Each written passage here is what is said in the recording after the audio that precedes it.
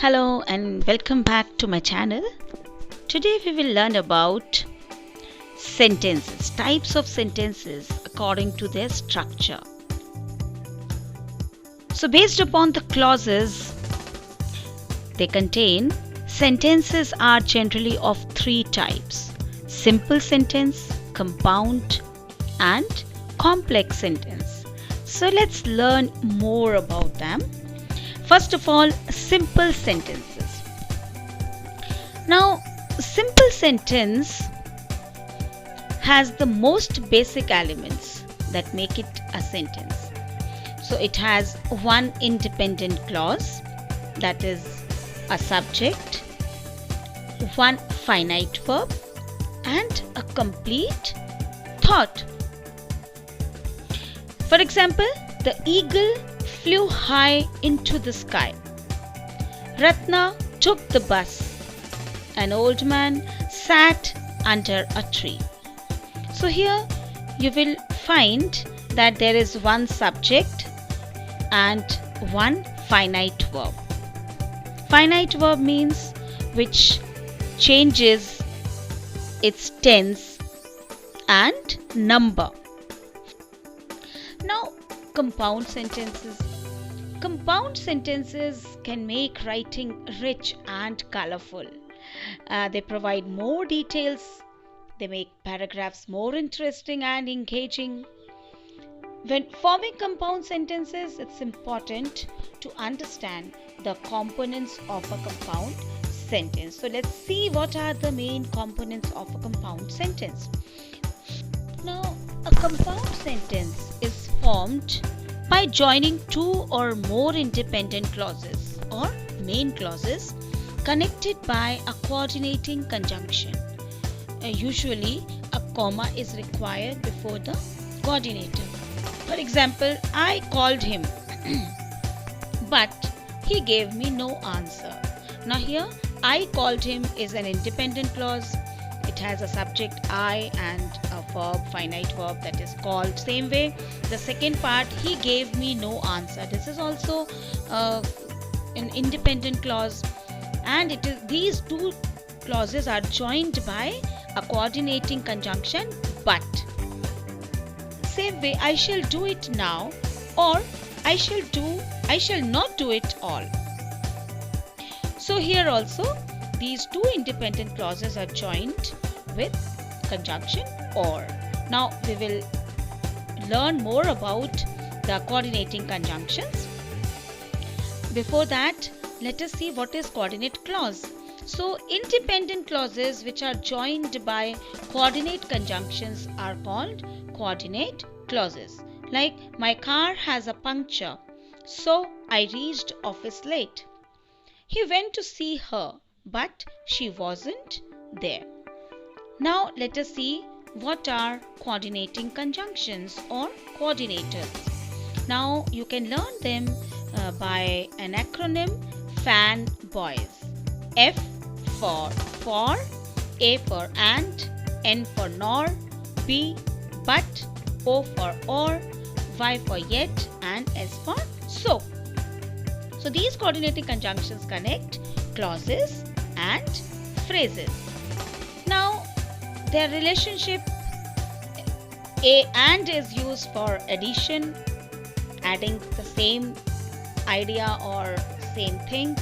Then but or yet is used for contrast, or nor is used for choice, for is used for cause, and so is used for result. Now note one thing, like we do not use a comma every time we use the words and or, means these coordinating conjunctions. Use a comma only when the coordinating conjunction joins two independent clauses. Like, the necklace was beautiful but expensive. Now here, the necklace was beautiful is an independent clause, but expensive is not an independent clause, so we don't put comma. Sometimes the finite verb is common to two or more subjects.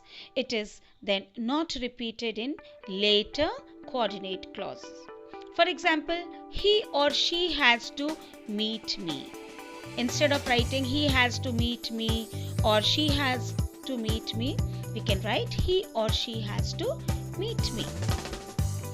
Second note, if the finite verb in a compound sentence have the same subject, then this subject is often left out from the later coordinate clause. For example, he went to the market and bought some vegetables.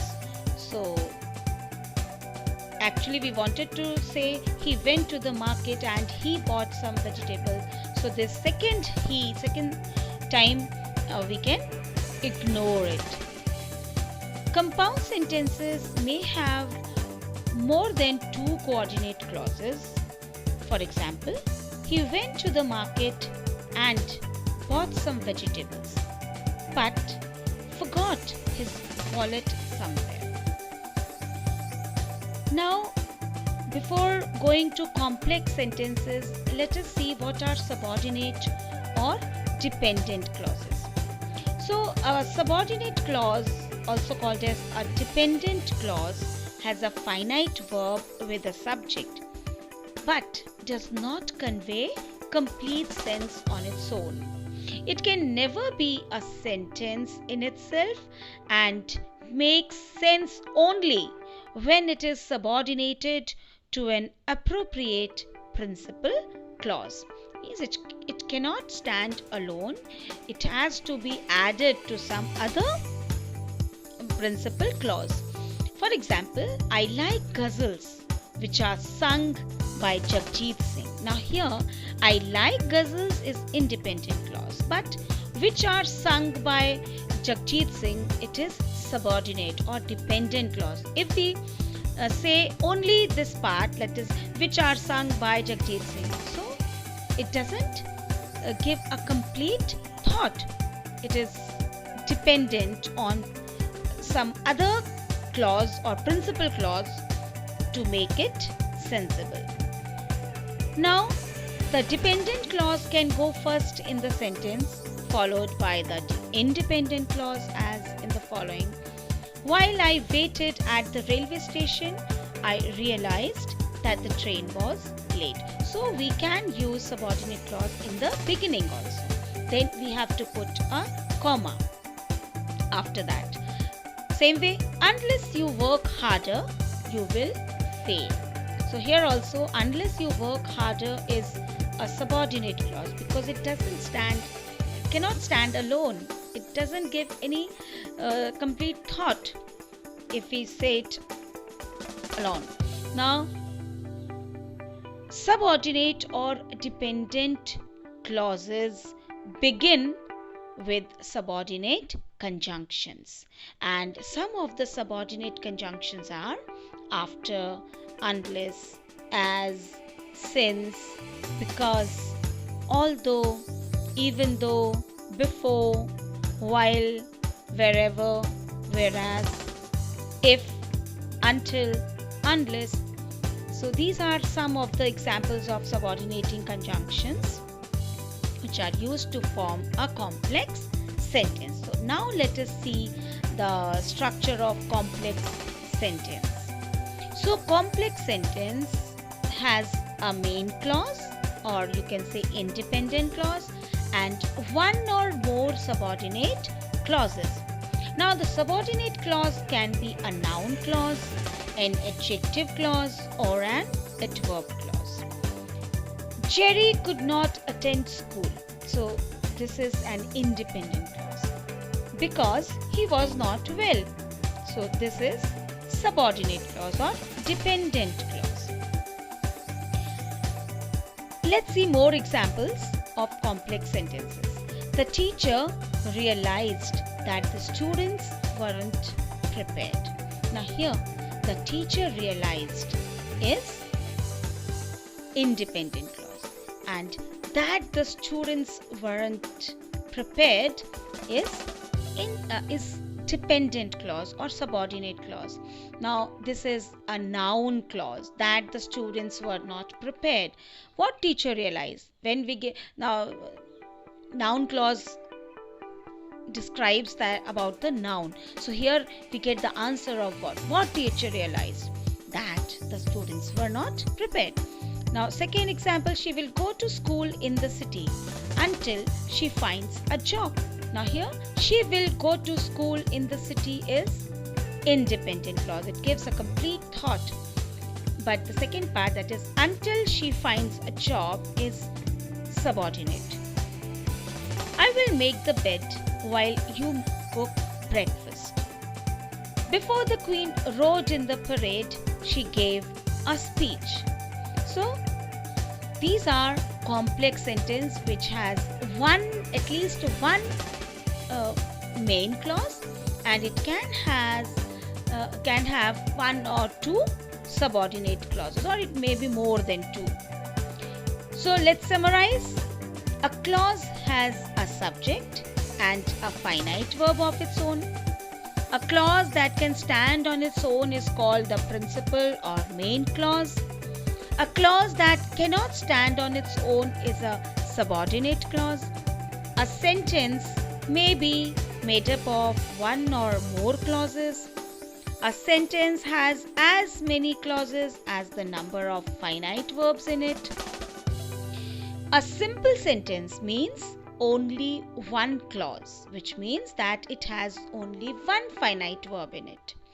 A compound sentence is made up of two or more clauses, all of equal rank, all capable of standing independently. Clauses of equal rank are called coordinate clauses. A compound sentence is made up of only coordinate clauses. Complex sentence is made up of one principal clause and one or more subordinate clauses. Now let us see in a tabular form. Simple sentence has one clause, that is main clause. Compound sentence has more than one clause, which can be one main and coordinate. Then complex sentences have more than one clauses. One should be main and the other is subordinate clause. I hope you have understood well. You can watch it again for better understanding, and let's have a practice time. So please watch the video at least 2 times before you do the exercises. This exercise, you have to identify the sentences whether they are simple or compound or complex. So write S for simple sentence, CD for compound and CX for complex sentence. So there are 16 questions. Do it. You can pause the video while doing the exercise, and afterwards you can match your answers.